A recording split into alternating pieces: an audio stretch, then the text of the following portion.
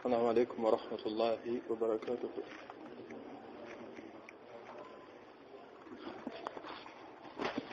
بسم الله الرحمن الرحيم. إن الحمد لله الخالق البارئ المصور، له الأسماء الحسنى، يسبح له ما في السماوات وما في الأرض، وهو العزيز الحكيم. أشهد أن لا إله إلا الله وحده لا شريك له، وأشهد أن محمد عبده ورسوله الذي أرسله إلى جميع ثقلين الجن والإنس، وداعيا إلى الحق بإذنه والسراج منيرا. ولقد وصينا الذين أوتوا الكتاب من قبلكم وإياكم أن اتقوا الله، كما قال ربنا تبارك وتعالى بعد أعوذ بالله من الشيطان الرجيم: يا أيها الذين آمنوا اتقوا الله حق تقاته ولا تموتن إلا وأنتم مسلمون. ووصينا أيضا يا أيها الذين آمنوا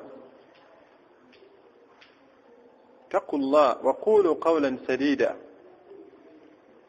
يصلح لكم أعمالكم ويغفر لكم ذنوبكم، ومن يطع الله ورسوله فقد فاز فوزا عظيما. أتينزو الله تبارك وتعالى أينما تينا مجه agatalim bukendeevu. Buli kitendo kyonna Allah kyasiima nga kimutendedda nakyo okuvira ddala ku bitendo bye yatuwa byayagala tumutende nabyo, abiina mu bujjuvu bwabyo. Bagamba nti yuhyi, yawa obulamu Allah. Buli kyonna kye weenyumirizaamu ekirina obulamu okuvira ddala ku maama w'abaana akyamuwadde akalembeekerezaako Allah tabaraka wa taala. Waliwo ogenda okufuna amawulire ng'akaseera ako Allah yamanyi ddi, ng'omu ku busimu obukubirwa buli omu agamba haji nga kitalo maama gyali yagenze, oba omukyala afuna akasimu akafaanana bwe katyo timunanga aja ati nga kitalo kigezo Mungu akugumye. Walillahi ma akhadha wa lahu ma a'ta. Allah kyatutte kike ne kyaba akuwadde kike, aja tugumiikiriza. Amutuusizza omukyalo ono ku mbeera efaanana bweti nga togenda kuddayo omwesunga baada salati al-ishaa'i. Era osala essola ya ishaa'i zino zikiri ezimu noga ngenda zimalira waka, naye ng'erimu ebiyanguwa okukuzza ewaka otune ku maaso go kwe gatebenkerera maama w'abaana si bwe guli. Naye akaseera ak'okwawukana kono kajja wakati wo naye agenda otutuusa ku mbeera efaanana bwetyo. Allah subhanahu wa ta'ala yagamba nti yuhyi wa yumit, awa obulamu. Ate hayyun alladhi la yamut, ye mulamu tafa. Huwa al-awwal wal-akhir walaysa qablahu shay, ate walaysa ba'dahu shay. Tewaliwo kyaliwo oluvannyuma lwa Allah oba kigenda kubaawo, era tewaliwo kyaliwo olubereberye lwa Allah tabaraka wa taala. Byonna ebintu aya endala Allah agamba nti byonna halikun, byakuzikirira illa wajha. Allah subhanahu wa taala yekka yeewa okusigalawo. Tolaba malakul maut, Allah gwe yakwasa obuvunaanyizibwa okutwala emyoyo gyaffe, nene malakul maut agenda kufa. Eyaliwonye President ani amufuga si abeera ku top. Akaseera kamalakul mauti kajja nga bwe kyajja mu hadithi emu, omubaka yagamba nti oluvannyuma lw'okuzikiriza ensi eno emashariki n'emagaribi emyoyo gyonna bagitutte, Allah agenda kubuuza malakul maut nti owange malakul maut ani asigadde? Malakul maut emugambe nti Allah ow'ekitiibwa gw'oliwo, ate toli wakuvaawo, ne wasigaddewo abaddu bo bano, wasigaddewo Jibril oyo munene. Wasigaddewo Mikail, oyo munene. Wasigaddewo Israfil, oyo munene. Wasigaddewo Malik, wasigaddewo nange Malakul Maut. Allah mugambe nti ya Malakul Maut, ndeetera omwoyo gwa Israfil, mukwano gwe nfanfe. Dero omukwano gwe tulina wakati waffe tutaasagana mu mbeera ya buli azaamanya ng'okakasa mukwano gwo gw'otaasa yabbye. Pikipiki yagitutte nga tusaala. Naye olwana n'ofiirawo bwe mudde n'oga wayi wantaasiza ku busajja bw'abadde bunzita. Naye bw'okakasa gw'otaasa ono, kiyama tomanyi bwegenda kufaanana. Allah agamba Malakul Maut nti leeta omwoyo gwa Israfil bagijjemu omwoyo esambagale esabbihi. Annabi yagamba nti egenda kugwa wansi nga bw'esabbaha Allah subhanallah. Tasbihi ez'enjawulo zegenda okukozesa bagujjemu bagwolekezewo Allah tabaraka wa ta'ala. Allah addemu abuuze alimul ghaibi washahada, amanye ebirabwako n'ebitalabwako, akakasa ekiriwo, amanyi baani abasigaddewo. Malakul Maut addemu emugambe nti Allah wasigaddewo Jibril, wasigaddewo Mikail, wasigaddewo nze Malakul Maut. Allah subhanahu wa ta'ala agigambe nti ya Malakul Maut, leeta omwoyo gwa ونادوا يا مالك ليقضي علينا ربك. الله يقول بلا يبان تبوم ليوغينو يحتجون إلى ربهم نيغا بكو ملائكة يقوموا ليوغيغا أنت كنو تولد زيكم ما سوغا الله نيوانو onakula tuddingana mu swala ntumugamba Allah nti Maliki yawmiddin oba betwogera tuba tubitegeera. Mama abana oli omubuuzaako mama abana Maliki yawmiddin gw'okitegeera otya? Ne Allah agamba Malakul Maut nti leeta omwoyo gw'oyo akwate enfanfe we mukwano gwe, omwoyo gwe baguggyemu baguweerezewo Allah tabaraka wa ta'ala. Embeera egenda kufaanana bwetu mpaka kugwembadde njagala. Malakul Maut akaseera kagenda kutuuka nga atutte emyoyo gwono n'agenze. Allah addemu amubuuze nga kyamubuuza Allah akimanyi. Amugambe nti Malakul Maut baani abasigaddewo? Amugambe nti Allah wasigaddewo Jibril nange. Allah amugambe nti Malakul Maut leeta omwoyo gwa Jibril,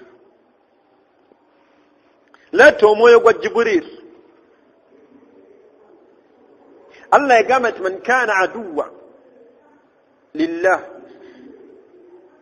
omuddu yenna agula olutalo ku Allah subhanahu wa ta'ala. Mu aya eyo yennyini Allah nereeta wa Jibril, n'ayogera ne ku Jibril. Agula olutalo ku Jibril. Abazikiridde omuddu afaana bw'ati. Naye wano Malakul Maut Allah amugamba nti leeta guleete. Hadithi eyo mpanvu ebigirimu bingi ebigambo, naye yagamba Muhammad sallama nti Malakul Maut Jibril alayhi salatu wassalam ani gwe batwala. Tulabe waiti ya Jibril bwe yenkana. Lumu bannatarikh batugamba nti omubaka yasaba Jibril amulabeko nga ajidde mu full combat. Omanyi okulaba ku muduumizi w'amagye nga ayambadde full combat nga cepe zonna kweziri. Amugamba nti njagala abawandiisi bagamba nti mutarikh bagamba nti Jibril ebiwawaatiro Allah bye yamuwa bitaano 500 wings 500 bitaano 500 mune bakola appointment omubaka amulabeko. Jibril wajja full combat yayanjuluza ekiwawaatiro kimu ng'omubaka takyalaba biri mabega wa Jibril. Ekiwawaatiro eki ne Malakul Maut bamugambye nti leeta omwoyo gwa Jibril olonze naawe. Mama abaana omusuubira ku mbeera ki nga Malakul Maut ezze waali nga ne isha itasadde okakasa yakomye ku subuhi nga gy'oli buddayo n'asala isha'i ate nayo nga ne wuzu tewali ogawayi kasaasaala oba tafunye wuzu nze kasamulaba nga asaala. Malakul Maut egenda mumusanga ku mbeera ki?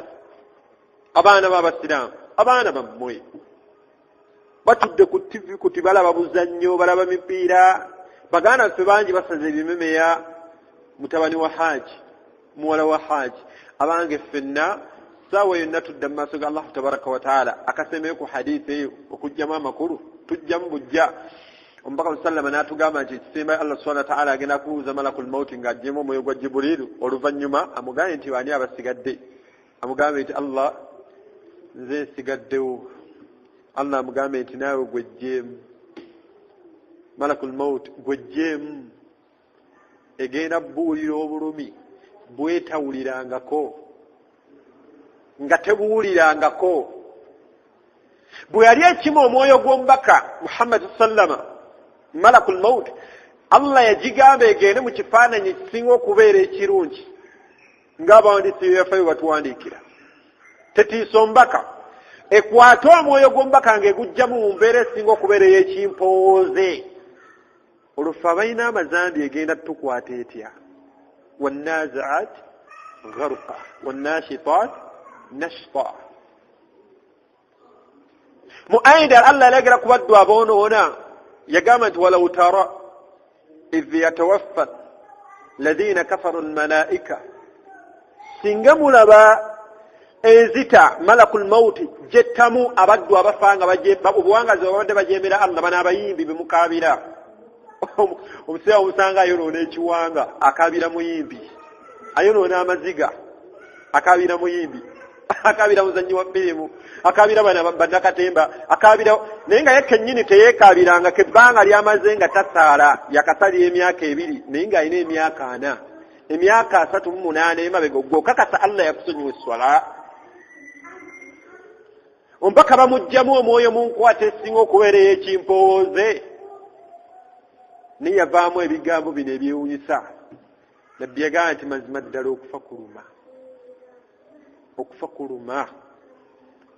okufa kuluma peyini gyawulira naye nga ono amugjamu malakul mauti mukwano gwa mbaka amugjamu mu mbeera khairu khalqillah ate ffe shar osanga nga ffe bitonde rada ebisinga okubeera oba oliawo bibi abange tulongoose saawa yonna tudda mu maaso ga Allah tabaraka wa taala nga tatunulidde bulungi bw'olina Allah akulage kuba Miss Uganda 1992 eyalimbibwa obama oli yago mugawulira ne bajjayo omuwala ne bamugamba nti mu Uganda wano yasinga obulungi akulage Miss Uganda 1992 bwatunula mu 2018 ne oba mukuwirako ekizimbe seeka wange tomutwala yakaddiwa jajja eddunia bwetyo kaddiya sunna yayo kukaddiya alete Miss Uganda 19 simanya 80 biki abala bakupa kezo okyabukakasa nti Miss Uganda ngomanyi bwafaanana ne bwakuba enduulu towulira ne yajoga Mungu n'atambula naddeeri n'amodolinga naddeeno Mungu yamuteekaawo litakunu shuyukha Allah gati alina abaddu abamu bawangaaza likaila ya'lama min ba'di ilmin shay'a mpaka watuuka nga takyalina kyamanyi ku byali amanyi abange tulongoose emyaka gy'olina Qur'ani leero osome ekigero ki weekolako assessment olunaku mama w'abaana Qur'ani asome ekigero ki emmere yo wayombye n'afumba wayombedde ku Qur'ani kale Qur'ani gireke kitaawe teyamusomesa ddiini gw'omusomesezza kuba abamu ku nsonga zetuwa nti mama abaana ono munnange seeka okulaba okubonaabona bwati kwabona kitaawe teyamusomesa ddiini gw'okoze eki olina njawulo kino ekitaawe gw'ogamba nti yamusomesa ki yamusomesa ddiini kale Qur'ani kinene gyali adikaani baada swala azimanyi adikaani z'okumakya n'ez'olweggulo gw'olaba azimanyi anaaziyiga ddi malakul mauti emuliiridde ebbanga ki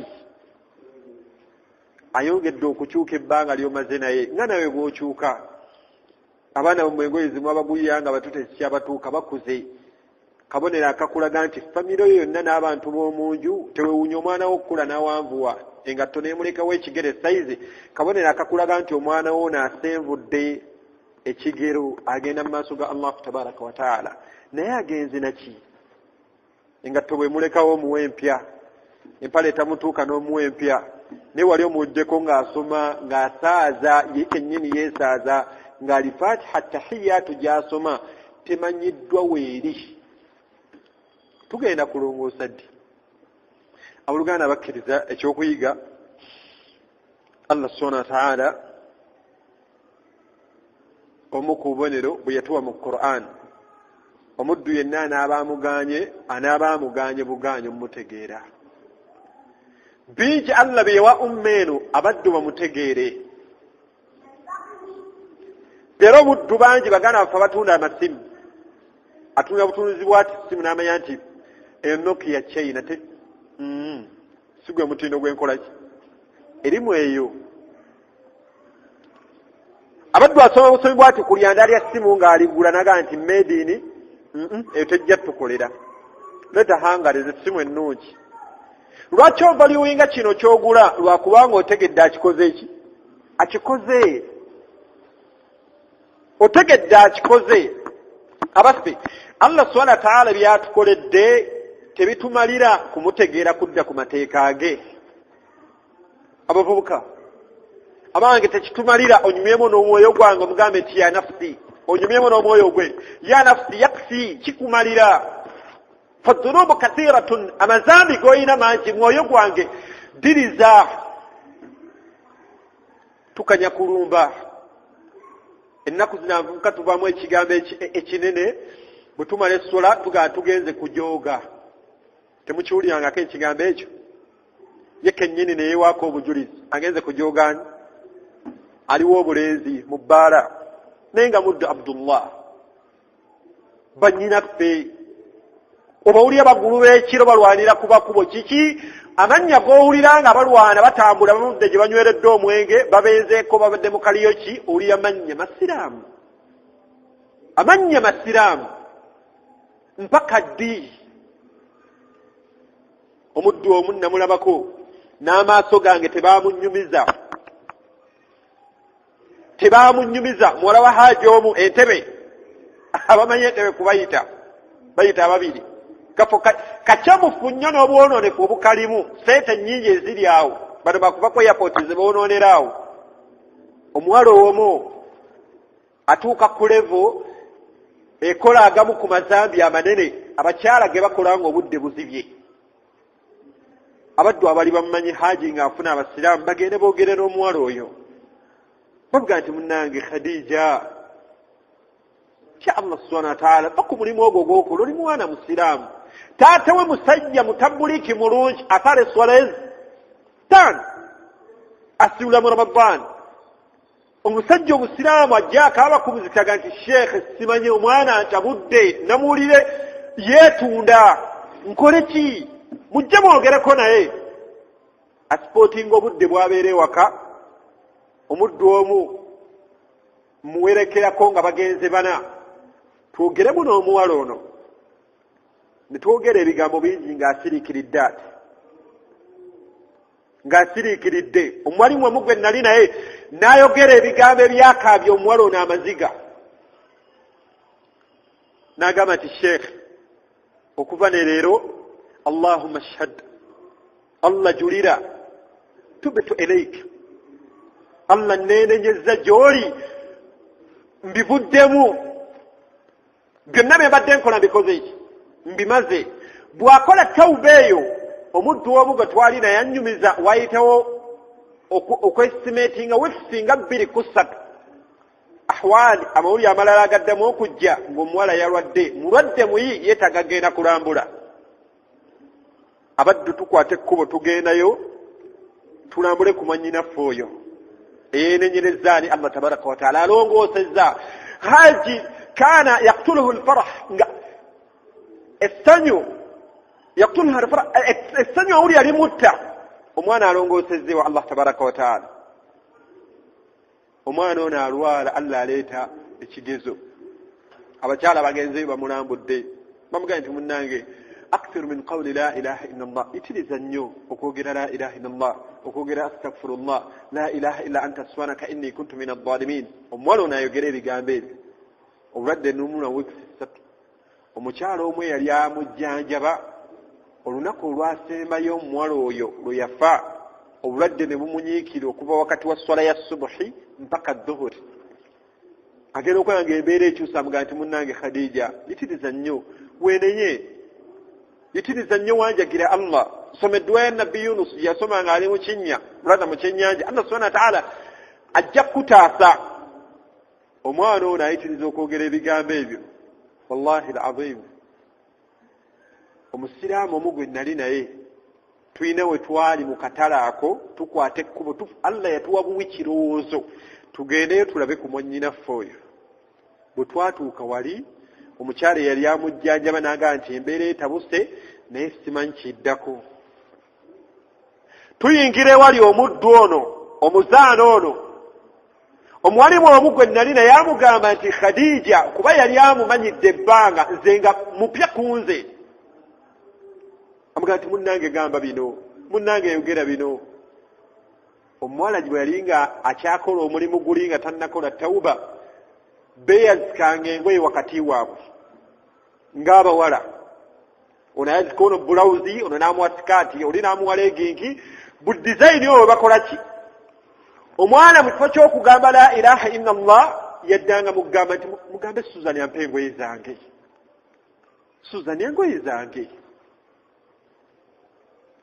Omukyala agamba nti munnange nange nasobeddwa, buli we mugamba okuba ne zikiri yonna gy'aleeta agamba nti mugambe Suzan yampa engoye zange. Lwaki yatwala engoye zange n'atazizza?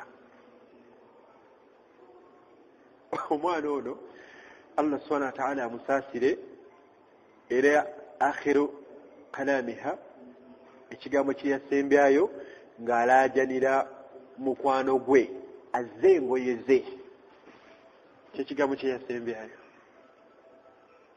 Maama w'abaana agenda kusembyayo ki? Gwe kulimiro olabako bigambo ki? Ani yasima ezzikiri z'okumakya n'ez'olweggulo? Abange walinnya ekyebagala gw'olaba wasima eddu'a. Naye ffenna tuli mu lugendo tudda mu maaso ga Allah tabaraka wa ta'ala. Abange tugenda kulongoosa ddi? Allah abalungi baatutte tubalabye, bahaaja babadde abasaale mu kuliisa abantu mu Ramadan baliwa? Babalwa ku ngalo kati, babalibwa ku ngalo. Ababadde ne ssente bano ababadde n'obuyinza banze ŋŋambye gwe bakutte gwe bakusibe gwe baliwa? Leero obusanga ne bw'oyasimula obwasimuza adduka. Oyasimula bwasimuza ati noonya abaali abajaasa ab'amaanyi ku mulembe gw'obote. Bali ku Arua Park, ayita bbaasi. Taata ogenda? Arua, koboko, taata. Bamuwe ennusu ebi bitaano naye nga yali jjeno, agenda anywa ekikopo ky'obuugi. Yaliwo. Bw'atyo Allah subhanahu wa ta'ala bw'akyusakyusa. Omubaka kyava atulambira mu hadithi eno gye njagala tuggyemu ekyokuyiga olwaliro mu bufunze. Hadithi ya Abu Hurayra eri Muslim. Hadithi ya Abu Hurayra eri mu Bukhari, afwan. Abu Hurayra radiyallahu anhu atunyumiza n'atugamba nti anna Rasulullah sallallahu alaihi wasallam mazima ddala omubaka musallama qala yagamba nti yanzil rabbuna tabaraka wa ta'ala, owekitiibwa Allah subhanahu wa ta'ala owekitiibwa Allah subhanahu wa ta'ala yagamba nti kulla laylatin ila samaa'i dunya, buli kiro Allah kakuggulu erisooka. Mu aqida ahlu sunna wal jamaa bwe baleeta aya oba aya yonna nejjanga eraga nga olaba Allah wegamba nti biyadihi lkhair, mukono gwa Allah mwe muli ki, tetwebuuza nti gufaanana gutya. Yegamba nti albasir, alaba. Shaitani tekuwanga entegeera noddira amaaso go gano n'ogaleeta in comparison ku gaani gwa Allah subhanahu. Tukakasa bukakasa nti akola ki?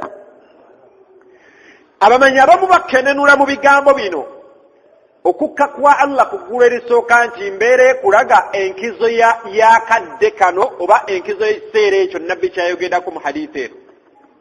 Wallahu a'lam. Nabbi yatugamba nti Allah subhanahu wa ta'ala akka ekyewunyisa mu hadithi eno ekigambo ekyo nabbi kye yagamba nti kulla laylatin ila samaa'i dunya. Buli kiro ku ggulu erisooka. Buli kiro ku ggulu erisooka. Allah subhanahu wa ta'ala bwe yayogera ku kiro yagamba yakiyita libaasa. Waja'alna al-layla libaasa. Allah yafuula ekiro nga kyambalo. Bye kibikka bingi. Engoye zo zoyambadde bye kibisse, engoye ze zibisse biki bingi. Allah singa akwata obudde buno n'abujjako eddiba vu, ani ayinza okuba seefu? Fenna tumanyi buli omu gy'amalira ebiro bye. Ba'da salati al-isha'i abavubuka balumba, bakuyita kulumba ki? Kulumba Allah tabaraka wa ta'ala, kulumba nsalo za Allah. Abage twege abavubuka beewuunyisa tukozesa ebigambo byennyini ebyokutulumika mu maaso gani kulumba. Akakasa alumba, Allah yagamba tilka hududullah, ezo nno ze nsalo zani za Allah tabaraka wa ta'ala. Waman yata'adda hudud Allah faqad zalama nafsah. Omuddu yenna asukka alumba abuuka ensalo za Allah aba ali amaanyizza omwoyo gwe. Allah subhanahu wa ta'ala mu hadith warda hadith eno mbaka musallama natugati Allah subhanahu wa ta'ala akka ku ggulu erisooka. Embeera efaanana bweti omukkiriza bw'agiwulira enkizo yaayo n'ekitiibwa ekiri mu mbeera efaanana bweti nabbi gyayogerako mu hadith eno assaayo ebirowoozo. Ayina abaddu Allah bayogerako mu Qur'an oba we yali ayogera ku mbeera z'abakkiriza mu surati sajida yagamba tatajafa junubuhum anil madaji'i yad'una rabbahum khawfan wa tama'a. Yali ayogera ku mbeera z'abakkiriza mu surati Dhariyat yagamba nti abakkiriza bagenda kubeera mu jjana balya banywa akhidina ma ataahum rabbuhum, mu ebyo Allah byabawadde beeyagala balya bino banywa biri. أنهار من ماء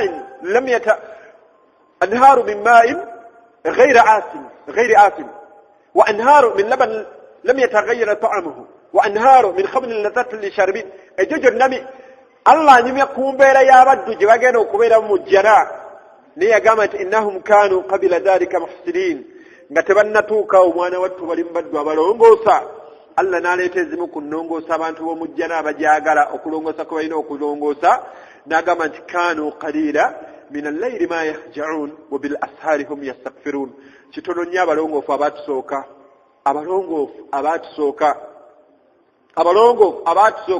Allah yagala kitono nnyo kye beebakanga ki ekiro. wa bil ashaari hum yastaghfiruun. Kyewuunyisa obudde bwalinganga bukya emmambi esala nga babeera mu istighfar balinga abasuze mu mazambi balinga basuze basinza Allah tabaraka wa ta'ala. Gwe hal indaka saa min al-layl onaye akaseera konna ekiro waliwuza okusene maama w'abaana ne musalako ekiro. Tuwulirangako ku hadithi y'omubaka Muhammad sallallahu alayhi wa sallam yagamba nti rahima Allahu mri'in, Allah asaasire omusajja qaama min al-layl azuuka n'asalako ekiro, azuukusa asalako ekiro n'azuukusa ku maama w'abaana. Mama Hassan munnange istayqiz zuukuka tuyimireko ekiro mu maaso ga Allah. Agenda okulaba omukyalo ono sheitaani eyagala mumuwangula emunafuya. Nabbi naga nti n'asena amazzi matonotono, si kidomola si binika. Yagamba n'asena amazzi matonotono mu kibatu n'amumansaako mu feesi. Munnange zuukuka, ebizibu tuyina bingi tuyimireko mu maaso ga Allah. Omukyalo oyo Allah, omwami oyo Allah amusaasire. Hadithi eyo nabbi n'aleeta era ng'alaga hadithi yennyini nti era Allah asaasire omukyala azuukako ekiro n'azuukusa ku taata w'abaana. Abdul Hakim munnange sola siteepu eddako yeesinga okuba enzibu eri omukyala, naye kennyini n'afunayoko ku mazzi mu kibatu n'akumansaako akuyirako. Abdulakimu munnange swala bw'oba n'ekigatta okumpi luyi ga kiki gwe waŋŋambye neebake nekyakwagaliza obulungi bwakyo obumanyi Allah ali ku ggulu erisooka tugenda kulaba embeera eddako Allah ng'ali ku ggulu erikola ki waliwo riwaaya emu enneewuunyisa omukyalo omu yajja ewa nabbi Muhammad sallama ng'alina obutategeeragana ne bbaawe omukyalo ono tumuwulirize olowooze ku maama w'abaana ne bannyinaffe ne bamama baffe abalungi omukyalo ono yajja ewa nabbi aloopa bagwa aloopa teyaganye mugulira ekikaaya leero gye emisango gye tulina ewa imaamu teyaganye mugulira nekiresi nnungi egyo emisango gye yaganye omutwalako ono ekyamuleeta ewa nabbi ajja okuloopa bba nagaa nti munnange omubaka wa Allah buli wemmala esswala ya subuhi bawa ng'akwata kibooko n'ankuba emigga egibula okunzita omukyala abuuza basahaba nti mumanyi bba w'omukyalo ono nti tumumanyi nga banagamba Abdulakimu oyo bamuleete tumumanyi basahaba bagenda bayitwa senkagala ono ajja mu maaso ga nabbi bw'atuuka mu maaso ga nabbi n'amubuuza nti wange mukyala wo n'agamba nti buli wamala essala ya subuhi omukuba emiggo kituufu n'agamba nti omubaka wa Allah kituufu mumukola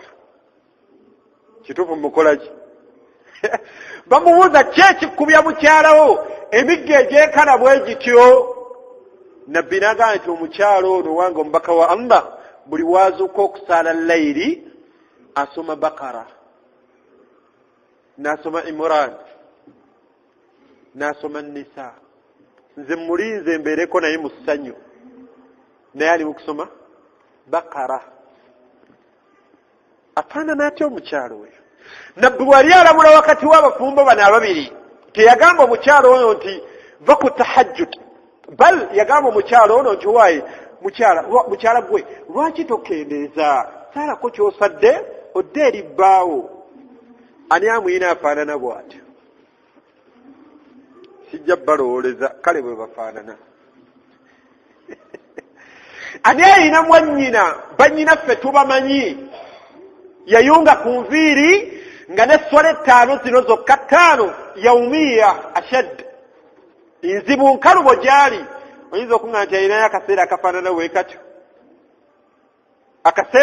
bwe katyo ekyokulabirako ekyeyo ekyabalongoofu ku mbeera zaabwe ne qiyamu layiti bangi muffe abaana mwabatuma Uthman kijja mu taarikhi basahaba bangi bamuwaako obujulizi ti kaana Uthman ibn Affan yaqra'u al-Qur'an yasomanga Qur'an obanga asoma Qur'an buli kiro Qur'an n'agimalako qiyamu layiti ng'asoma Uthman yasomanga Qur'an ekiro n'agimalako osoma kigero ki Allah bagamba abasajja amman huwa qanitun ana al-layl sajidan wa qa'ima yahdharu al-akhirah ekimutta ekimuyimiriza ekiro si kumuwaana bal yahdharu al-akhirah obweraliikirivu bwe hammuye butya bwensinkaganye Allah nga njagala nga nange bwe mwagala abaffe Allah tumwagala tuzuukukira mipiira abakyala bazuukukira buzannyo kaana gwe newotazuukusa gwe akazannyo neka gwe owulidde maama mpulidde akaana ne kabongootera mu ntebe maama omuddemu asukaala baakazannyo abasajja abakulu bazuukukira bigo simanya waliwo boxing yandi bikoze bitya ono mu America agenda kulwana n'omuhangale n'osanga omusajja omukulu atamanyi na kusoma ng'azuukuse ekiro alabe ekigo waliwo omu ku basajja abalongoofu abajja oluvannyuma bataabi'iin baali bamuyita Ibn al-Asyar bwe baseerabidde erinnya bwe lityo omusajja ono yali musajja nga mukozi ng'abasuubuzi mummwe bwe mufaanana Ibn Khudama agamba nti omusajja ono yali musajja nga mwetisi wa migugu naye ng'ebimu ku bitendo by'alina mu kwetikkaku emigugu nga bw'asoma bw'ati Qur'an toyagala amale nga bw'asoma bw'ati Qur'an toyagala akole ki ng'ejjudde obuwoomi ejjanjaba omutima gwe Qur'an eyo bwe bagiwulira bagamba batya ng'otya n'okusomera mu maama w'abaana era osoma kimpukumpuku oti waayo mukyala akuwulirira awo mukyala wo otidde mukyala wo okuwulira ng'osoma Qur'an olowooza mu maaso ga Allah ofaanana otya? Omukyala wootiridde bbaawo ono kuwulira ng'osoma ajja oli mu kusaala magalibi. Omanyi baatugamba eddoboozi ly'omukyala lirina kuba lya wansi era abange mwali mufunyeemu kaakadde ne mwesomeramu konti waayi Seeka Nasuluddini jangu nkusomeremu ejjuzu n'atuula ati nawulira nga maama abaana asoma naye mukubikwasa ensonyi wakati w'abafumbo tampulira. Mukyalawo nga takuwulirangako ng'osoma Quran, ani yali akuwulidde? Golaba ani yali akuwulidde ng'osoma? Omusajja ono ebirala ebitendo bye yali alina bonna baamuwaako obujulizi abaali bawangala ne Ibn al-Asyar yali ayagala Allah. Tugenda biraba mu maaso kyekiraga nti oyagala Allah. Ebigimu ku mirimu gy'akola omuwandiisi omu omulala yagamba nti yali alina ekkanzu gy'ayambala nga kizibu nnyo okubala ekkanzu ye nga kusukkako oba nga kukka wansi w'ebiraka ebisatu. Ebiraka bisatu. Mukyala we alina engoye ze yaggaana okwambala tezimunyumira naye nga nnamu. Yagamba nti Tayyib, ezo engoye bintu byakunswaza n'oziwummuza ozambalamu agenze mu kyalo bwadda n'ozizaayo mu keesi. Ono ye yalina kanzu nga kizibu nnyo okubeera nga eyine wansi w'ebiraka ebikka wansi w'ebimeka w'ebisatu.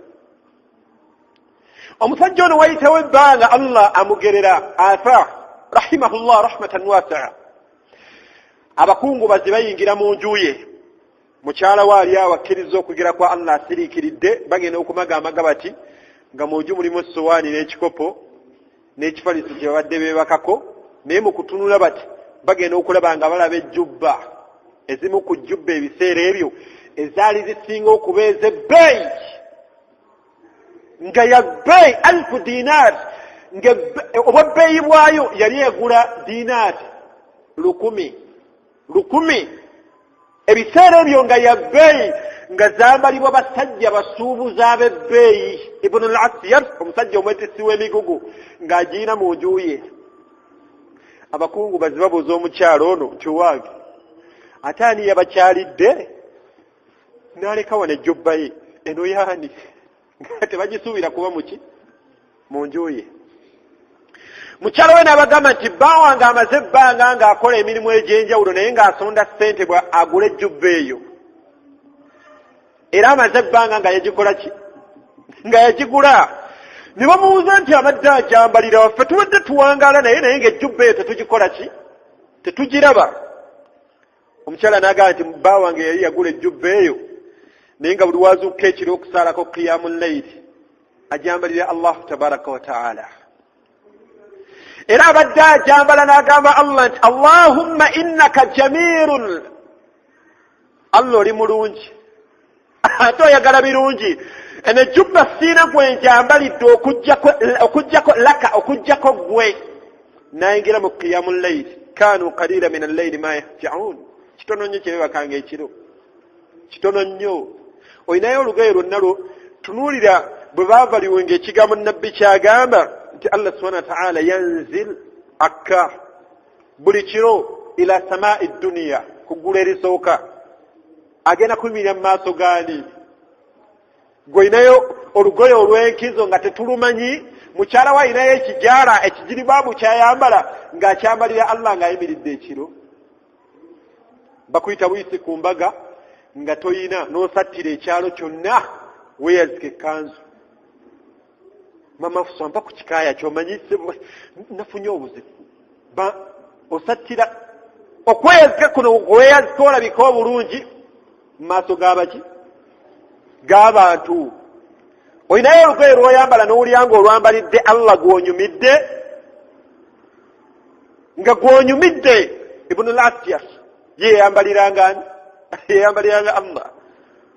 Mukyali we agamba nti bba wange bw'atyo bw'azza wangala n'ejjubba ye, bw'azza wangala n'ejjubba ye. Abaffe Allah gw'olaba Allah omwagala kigero ki? Tunuya bwe tufaanana nga tuzze mu swala ya Juma, omusiraamu n'afuutuka eri makanika n'eki ovolo kye n'ajja mu swala. era akubuuza seeka oyera onaamalako wuuzo n'omugamba nedda n'omugamba nti nedda wamma seeka bano bagala bafe abazimbi wamma seeka kati sementi ono wamma sementi najjira mu ovulo najjira mu lugoye lwa nga epuloni yokka gyayambadde yonna ebunya omusaayi agera kuyina mu maaso gani ga Allah yawmu ljumua kabonero akamulaga nti omulimu gwe muganda waffe atuguza nnyama naye nga yenna tuni abalongoofu abasooka bye bafaanana omubaka kyatugamba nti Allah subhanahu wa ta'ala akka ku ggulu erisooka ery'edduniya nagamba nti hatta Allah bw'abasse ku ggulu eryo nagamba nti yaqul nabbi nagamba nti hatta yabqa thuluth al-layl akhir mpaka wekituuka ku kiseera oba ku kiro ekyokumeka ekiro ekyokusatu kikulaga nti ekiro kirina ebiro bimeka ebiro bisatu ekiro ekisooka abamanyi kye baleeta mubasharatan ba'da salati al-isha kyekiro ekisooka ekiro ekyokubiri kyekiro okwestimatinga mu nsi mutuwangalira nga bwe twaligambye nti wakati wa ssaawa tugambe meka ssaawa 7:30 mpaka ssaawa 9 oba 9:30 ne tugamba nti kale ekiro ekyokusatu si bwe ngamba nti byebire nga bwe biri size essaawa tuyinza okusanga nga tuli etuwakana baatugamba 7 obudde nga bw'obulaba okugabanyaamu entambula y'ekiro nga bwe kikola ki ng'ekiro ekisembayo kyekiro ekisemberedde swala ya fajiri kati nabbe kyatugamba nti hatta yabuka okutuusa nga wasigaddeyo thuluth al-layl ekiro ekyokusatu ekyekiro ekisembayo era bagamba nti yali nkola ya Abubakar yali awandiika ku Abubakar omumanyi omu nga yawandiika ku fadail eziri mu qiyamu al-layl nawandiika ku Abubakar nawandiika ne ku Umar nagamba nti Abubakar y'okusaala kwe buli omera nga bwatu swala ya ishai ebiseera ebisinga obungi yatandikirangawo qiyamu al-layl n'asaala mpaka mu kiro ekyokubiri oba ekiro ekisooka qiyamu al-layl ate Uthman ibn Affan ye yazuukukanga ekiro ekyokusatu ekisembayo era ne Umar ibn Khattab radiyallahu anhu era naye yazuukanga mu kiro ekyokusatu ekikola ki ekisembayo dubo omubaka Muhammad sallama ng'omukulembeze yenna obuvunaanyizibwa nga bw'onoonya amir onoonye imam onoonye mufti onoonye qadi afaanana nga kino kyengenda okwogera omubaka Muhammad sallama teyeebakanga n'abulizaako ebiseera ebimu yazuukanga n'agenda ng'ayita mu basahaba be bawangaala batya ekiro lumu aba agenda abayitamu ati abakolamu jjawula agenda abayitamu mpaka we yatuuka ku mulyango gwa Abubakari radiyallahu anhu n'amulya ng'ayimiridde ekiro ng'asoma Quran naye ng'eddoboozi lya Abubakari nga liri wansi ng'olina okussaayo nnyo ebirowoozo okukola ki okuwulira by'asoma awo n'atambula n'avawo n'amanya nti omusajja wange bw'atyo atambula agenda ewa Umar ibn Khattab radiyallahu anhu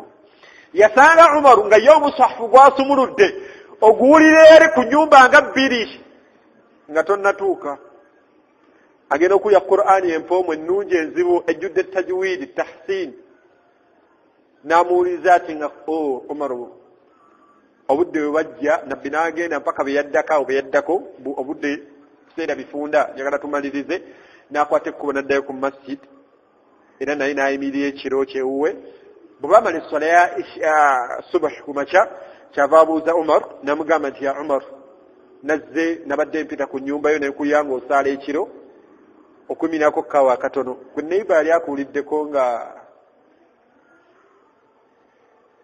nabbi agamba Umar nti Umar nayise ku nnyumba y'ekiro nenkulya ng'oyimiridde ekiro naye ng'osoma mu ddoboozi nga liri waggulu nnyo lwaki obadde osoma eddoboozi liri waggulu Umar ibn Khattab n'agamba nti nabadde nsoma eddoboozi lyange ndiwanike libeere waggulu ekisookera ddala nga njagala neegobeko shayitaani kuba shayitaani buli owulya Qur'an ng'edduka khanna buli wajjukira Allah ng'edduka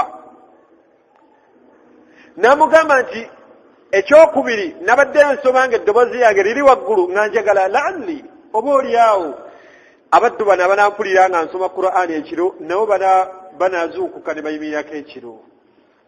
Leero ffe tulina banneiba era ezimu ku complaints ze balina gye tulifa abasiraamu, omulemesezza okwebaka, waguze rediyo empya ekuba ennyimba esuula luno nezzaako luno n'esuula luno nezzaako luno, anti waguze wuufa, watunze trip ye ey'omusenyu n'ogula wuufa, naye neiba takyebaka. Kye kimuganya okwebaka si Qur'ani gyawulira, wabula mulaba firimu mpaka ssaawa 10 mpaka ssaawa 9. Mukyala wo bw'ovaawo n'ajooga anti yayobye ne neiba ajja kitegeera. Taata afane olugiraati n'atumbuula amabaati ganajula kubuuka ku nju anti waguze rediyo ennene. Tulina abasahaba bwe bawangaalanga ne banneiba bye baawuliranga okuva mu mayumba gaabwe. Leero bawulira ki mu nnyumba z'abasiraamu? Nabbi n'asirika kyavadda ku Abubakari namugamba nti Abubakari, ate gwe bwe nayise ku nnyumba yo nakuwulidde ng'osoma naye ng'eddoboozi lyo liri wansi. Ng'eddoboozi lyo likola ki? Nga liri wansi. Lwaki wabadde osoma ng'eddoboozi lyo liri wansi? Namugamba nti wange omubaka wa Allah, nabadde mmanyi ne bwe mba nsomye ng'eddoboozi liri wansi.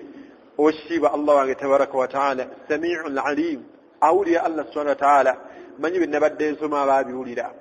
Nabbi n'agatta wakati w'ensala z'abanene ababiri, ezimu ku mpisa tujjawo ezimu ku mpisa nga tuyimiridde ekiro, n'agamba Abubakari nti Abubakari, sulamukko katono ku ddoboozi lyo. Sulamu katono ku ki? Ku ddoboozi lyo. Ate n'agamba Umaru nti Umaru, saamukko katono ku ddoboozi lyo. Kikulaga nti wowoza okusa okuyimirira ekiro, eddoboozi lyo lirina kubeera wakati kati awo. Teriri waggulu nnyo ate teriri wansi nnyo, wabula wakati kati awo. Tutegeera bulungi? Bwe batyo bwe bawangaalanga. Hadithi eno gyeyongera, Nabbi n'agamba nti okutuusa wabeera nga wasigaddeyo ekyokusatu ekyekiro, yaqul, Allah subhanahu wa ta'ala n'ayogera ebigambo bino oba n'abuuza ebibuuzo bino.